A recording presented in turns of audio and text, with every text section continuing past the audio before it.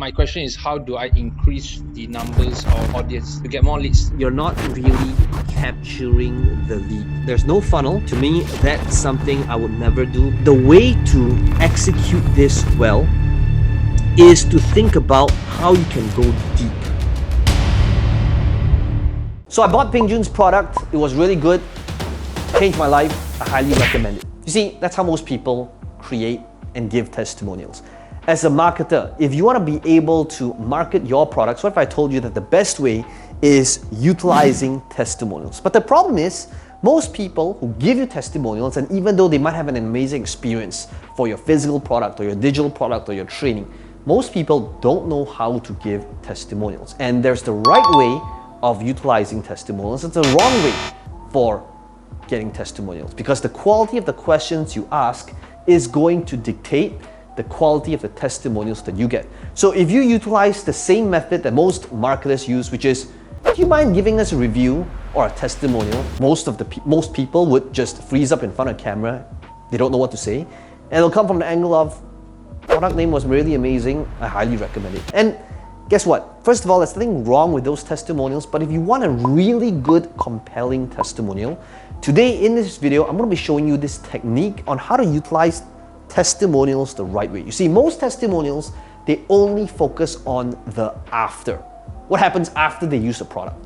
But what if I told you that a much more compelling way to use testimonials is to also show the before and the during? Now, what does that mean? Well, by the end of this video, if you watch till the end, and when you utilize this one principle, the before, during, and after, that is going to increase your conversions significantly. So I'm going to be taking you behind the scenes to this coaching session to show you exactly how you can utilize this technique as well. Let's begin.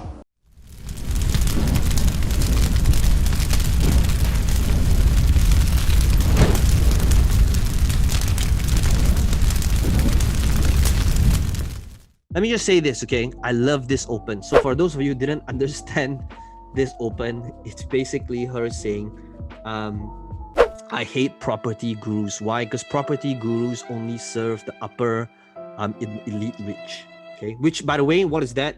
That's utilizing polarity in marketing. Okay, so that's very, very powerful. First person that I have is Jerry Fu. I serve the B40. So in Malaysian terms, is those that is actually earning 3,000 Malaysian ringgit and below. So what I do is I actually educate them in terms of real estate, and I assist them to purchase property. We manage it for 3 years, and we help them to sell it off. Because you're saying here, what's not working is the ad copy, and you want to be able to find new audiences. Is that correct? Previously, I was trying using the funnel.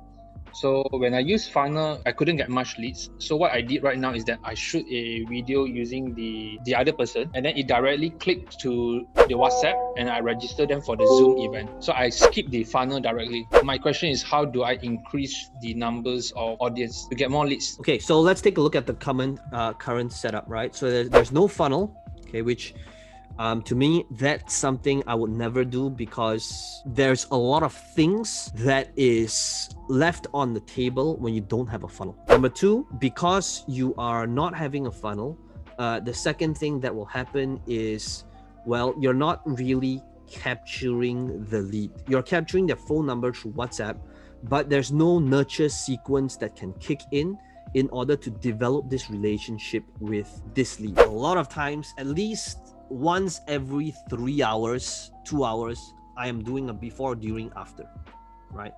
And the better you do it, the better your conversions are.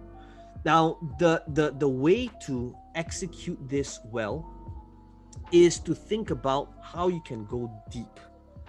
Okay, so here's what we're gonna do. Okay, Jerry, let's practice this real quick. Can you think of one scenario, and let me walk you through this, and then after that, I'll give you guys time to create your own version of this as well, guys. Okay, so guys, write down before, during, after, and think about one scenario that you can show your audience, whether it's through an ad, whether it's through a sales video, whether it's through a webinar.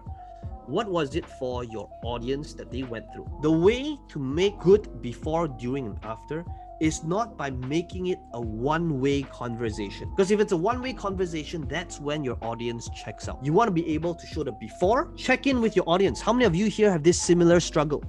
How many of you here right now do not know how to do this as well?